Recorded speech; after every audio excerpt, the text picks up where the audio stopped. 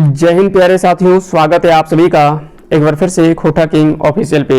आइए आंखें गीत के हम लोग पांचवी कविता आज हम लोग पढ़ने वाले हैं, जिसका नाम है मीठा फागुन हवा के बासें।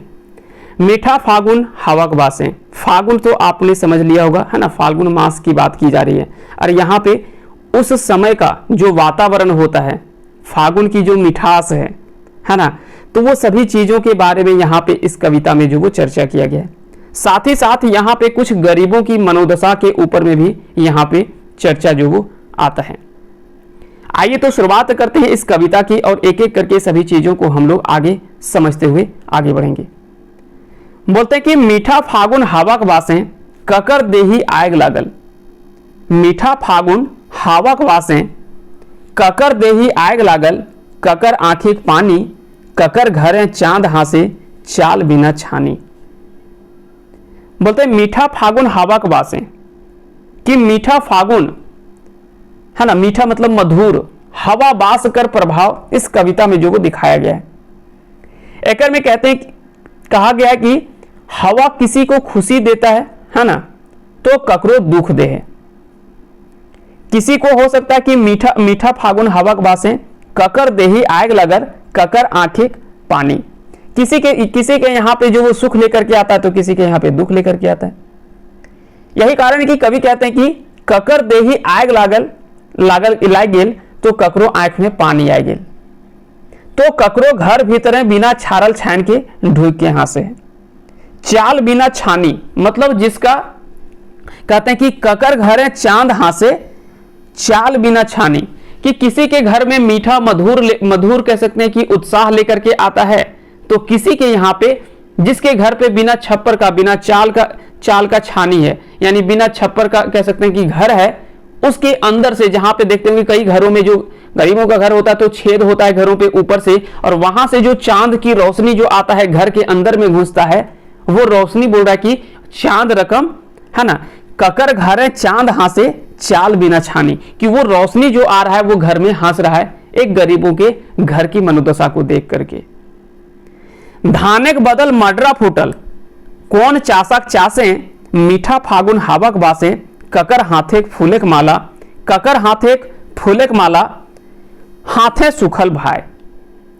यहां पे आगे बोलते हैं, दूसरी पंक्ति में बोलते हैं कि चासा के, यहां पे दूसरा क्या है कि चासा की स्थिति का वर्णन किया गया है ना। बोलते हैं कि धानेक बदल मडरा फूटल, कौन चासक चासे, चासक मतलब खेत जो किसान होता है, तो बोलता है कि किसान का जो खेत में धान के बदले में मडरा फूट गया है ना, धान के बदले मडरा फूटल, मीठा फागुन हवा के बासें, ककर हाथे फूलेक माला, ककर हाथे फूलेक माला, हाथे सुखल भाई, कि किसी के यहाँ पे जो वो बहुत अच्छा स्थिति, कहीं पे कुछ किसानों के साथ में बहुत अच्छा स्थिति देखने को मिलता है, तो कई जगह पे सुखाड़ या तो उसके जगह पे जो उनका फसल बर्बाद हो जाता है। तो ये दोनों तरह के मनोदशाएं का वर्णन किया गया है ना, कि एक तरफ जहां पे किसान जो वो खुशी से उत्साह से अपना रहते हैं, तो दूसरी तरफ कुछ किसानों के साथ में ऐसा होता है कि वो जैसे ऐसे लगता है कि जैसे हाथ में जो फूल का माला है वो हाथ में ही सूख गया है ना, हाथ में फूलों का माला जो था वो हाथ में ही सूखा रह गया। तो यहां पे बोलते हैं कि कौन चासक खेते धान कर बदलाए मंडरा फूट गेल है, ई फागुन कर मीठा हवा में, ककरो हाथे का माला हाथे में सूख गेल।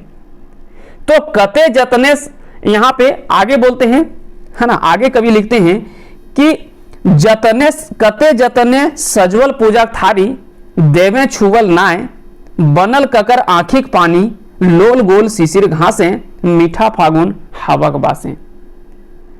बोलते हैं कि जतने सजवल पूजा, कतना जतने सजवल पूजा थारी, देवे छुवल नाय, यानी कितने मुश्किल से, कितने जतन से, कितने प्रयास से जो पूजा की थाली सजा करके जाते हैं, लेकिन देव उन्हें छूते ही नहीं है। ठीक उसी प्रकार से जैसे कहते हैं ना कि एक किसान जो वो अपना खेती कितना मेहनत से करके वो जो वो लगाता है, उस पर मेहनत करता है, और अगर उसका फसल ही ना हो तो उसे कैसा जो वो महसूस होगा। और उसके साथ में स्थिति का वर्णन आप कुछ इसी प्रकार से करके जाइए, जैसे आपने पूरे मेहनत के साथ में पूजा की थाली सजाए और देवों के यहाँ पे आप गए पूजा करने के लिए, लेकिन देव आपकी पूजा की थाली को छुआ ही नहीं।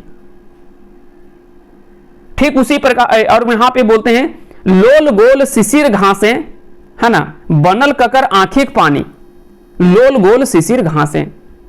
यहां पे एक बड़ा ही अच्छा वर्णन किया गया है इस कविता में। कहते कि जब आपने देखा होगा कि घास की नोक पर कई बार जो वो गोल गोल बूंदे होता है ना, घास की पूरा नोक पर जो होता है वो ओस की बूंदे, जो ओस जो पड़ता है तो रात की ओस पड़ता है, उसमें गोल गोल बूंदे आपको दिखाई देता है। कहते हैं, कवि कहते हैं कि वो कुछ और नहीं है बल्कि उस गरीब के आंखों के आंसू है ना। वो जो घास की नोक पर वो बूंद का जो गोल बूंद आपको दिख रहा है वो कुछ और नहीं है, वो गरीबों के अश्रुकण है।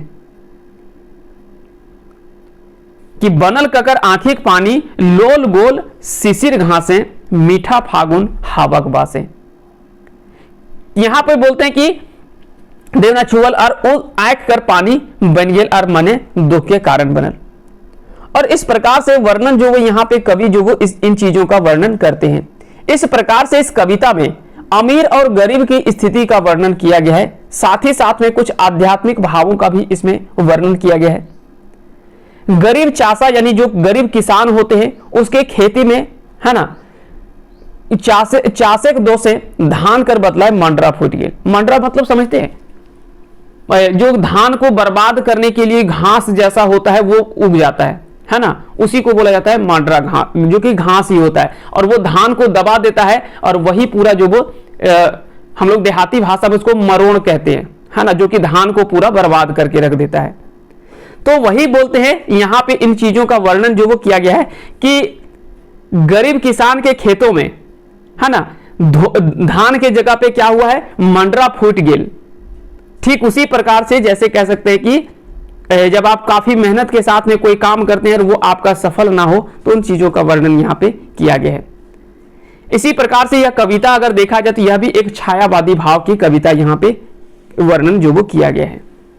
ठीक है, तो उम्मीद करते हैं कि सारी चीजें आपने अच्छे से समझ लिया होगा। सवाल पूछा जा सकता है कि मीठा फागुन हावक बासें कौन किताबें छपल कविता लागे, तो आंखी गीत में छपी हुई यह कविता है। पहला तो सवाल यह पूछा जाएगा। दूसरा सवाल बन सकता है कि मीठा फागुन हावक बासें ककर लिखल कविता लागे। ये दो सवाल जो वो सबसे ज्यादा आपके पूछे जाने वाले प्रश्नों में से शामिल होंगे। ये दो सवाल सबसे ज्यादा पूछा जाएगा। तीसरा सवाल यह पूछा जा सकता है कि मीठा फागुन हावक बासें कविता में कौन भाव के देखवल गेले, या किस भाव से भरा हुआ है, तो यहां पे जनवादी भाव की विचारधारा यहां पे दिखाया गया है।